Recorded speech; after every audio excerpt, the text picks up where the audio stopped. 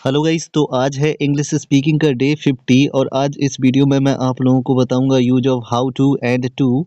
Guys, सबसे पहले मैं आप लोगों को बता देता हूं कि इस टेंस में हाउ टू के सिंपल, नेगेटिव व इंट्रोगेटिव तीनों टाइप बताऊंगा। इसके अलावा मैं आप लोगों को बताऊंगा कि आखिर इस हाउ टू के यूज को किन किन सेंटेंसेस में यूज किया जाता है।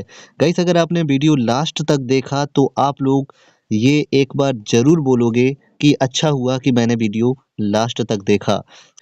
तो सबसे पहले जान लेते हैं कि आखिर किस प्रकार के सेंटेंस होंगे जिनको हम हाउ टू और टू के यूज से बनाएंगे। तो यहाँ पे आप सेंटेंस देख सकते हो। मैं जानता हूँ कि इंग्लिश कैसे बोली जाती है। वहीं इसी बात को हम दूसरे तरीके से भी कह सकते हैं। मैं इंग्लिश बोलना जानता हूँ। आप दोनों को पढ़िए एक बार और खुद ही समझ जाओगे। मैं जानता हूँ कि इंग्लिश कैसे बोली जाती है। वहीं इसको दूसरे तरीके से कह सकते हैं, मैं इंग्लिश बोलना जानता हूँ। तो कुछ इस प्रकार के सेंटेंस होंगे जिनको आप हाउ टू और टू से बनाओगे।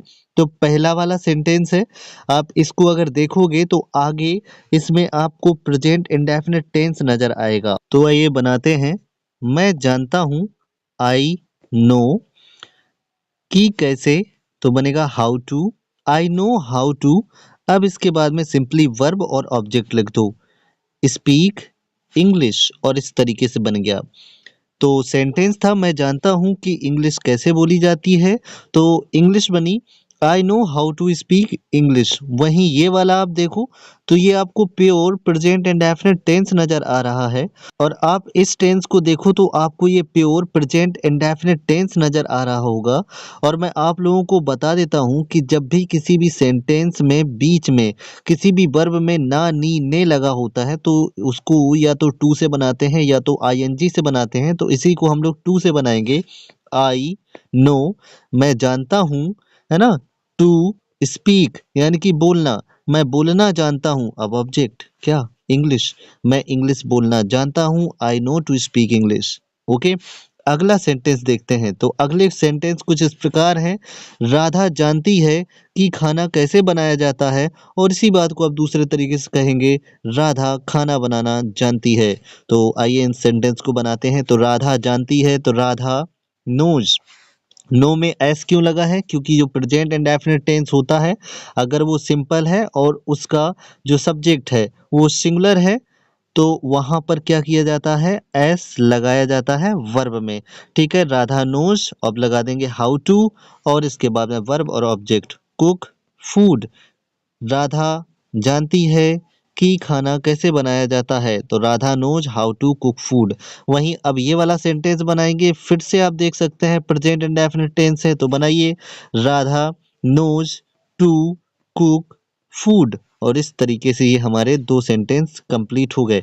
आइए अगले सेंटेंस देखते हैं। वह नहीं जानता है कि डांस कैसे किया जाता है। वह डांस करना नहीं जानता है। अभी आप लोग देख रहे हैं कि ये सेंटेंस नेगेटिव है, तो नेगेटिव सेंटेंसेस को कैसे बनाया जाएगा, आइए बनाते हैं। तो आगे वाला जो है आपको पता है, वह नहीं जानता है, ये प्रेजेंट इंडेफिनिट का नेगेटिव है। तो कैसे बनाएंगे, ही डज नॉट नो। वह नहीं जानता है, ही डज नॉट नो। अब हाउ टू, और इसके बाद में डांस। इस तरह से ये सेंटेंस बन गया। अगला सेंटेंस देखते हैं। वह डांस करना नहीं जानता है, ये प्रेजेंट इंडेफिनिट का नेगेटिव है, आसानी से आप बना सकते हैं। तो बनेगा ही डज नॉट नो और टू डांस। तो ये सेंटेंस बना, वह नहीं जानता है कि डांस कैसे किया जाता है, he does not know how to dance. वहीं ये वाला सेंटेंस बना, वह डांस करना नहीं जानता है, he does not know to dance. और अब नेगेटिव के बाद में इसी सेंटेंस के इंट्रोगेटिव एग्जाम्पल्स देखते हैं। तो लिखा हुआ है, क्या वे जानते हैं कि बाइक कैसे चलाई जाती है। वहीं इधर साइड में लिखा हुआ है, क्या वे बाइक चलाना जानते हैं। तो इन दोनों सेंटेंसेस को बनाएंगे। तो सबसे पहले बनाएंगे, क्या वे जानते हैं, present indefinite tense, do they know. आपको अच्छे से पता है कि जब भी सेंटेंस की शुरुआत में क्या लगा होता है, तो हेल्पिंग वर्ब को सबसे पहले लगाया जाता है। अब लिख दीजिए हाउ टू, और इसके बाद में वर्ब और ऑब्जेक्ट। वर्ब है चलाना और ऑब्जेक्ट है बाइक, तो हो जाएगा राइड बाइक। अगला एग्जाम्पल देखते हैं। आप इस वाले को देखो तो ये तो प्रेजेंट इंडेफिनिट का इंट्रोगेटिव है। चलो बना लेते हैं। Do, they, know. अब इसके बाद में चलाना ना लगा हुआ है तो टू से बनाएंगे टू, राइड और इसके बाद में object. Do they know to ride bike. अब हम लोग देख लेते हैं कि इन सेंटेंसेस को हम पास्ट इंडेफिनिट टेंस में भी यूज करते हैं। यानी कि गाइस मैं आप लोगों को बता देता हूं कि इन टेंसेस को आप सिंपल नेगेटिव इंट्रोगेटिव में तो यूज करेंगे, लेकिन इनका यूज प्रेजेंट इंडेफिनिट और पास्ट इंडेफिनिट में होता है। चलिए इन सेंटेंसेस को बनाते हैं। तो आप देख सकते हैं ये वाला पास्ट इंडेफिनिट टेंस है, अंकित जानता था, तो इसको बनाएंगे अंकित न्यू। आपको अच्छे से पता है कि जब भी पास्ट इंडेफिनिट टेंस होता है तो वर्ब का सेकेंड फॉर्म लगाते हैं। अंकित न्यू हाउ टू टीच। और इस तरीके से ये सेंटेंस कंप्लीट हो गया। अगला सेंटेंस देखते हैं। अंकित पढ़ाना जानता है, तो अंकित न्यू टू टीच। और इस तरह से ये सभी सेंटेंस कंप्लीट हो गए।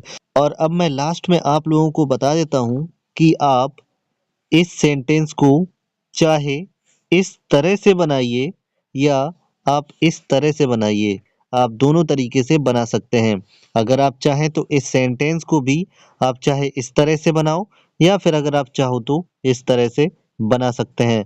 यानी कि आप हिंदी ये वाली रहने दो, इंग्लिश आप चाहे ये बनाओ और चाहे ये वाली बनाओ, इसमें कोई प्रॉब्लम नहीं होगी। वहीं अगर हिंदी ये वाली है तो आप ये वाली इंग्लिश बना सकते हैं या फिर आप ये वाली इंग्लिश बना सकते हैं। यानी कि आप इन सेंटेंसेस को दो प्रकार से बना सकते हैं। गाइस उम्मीद करता हूं कि वीडियो आपको पसंद आया होगा। चैनल को कर दो सब्सक्राइब, वीडियो को कर दो लाइक। गाइस मिलते हैं नेक्स्ट वीडियो में, तब तक के लिए बाय, टेक केयर।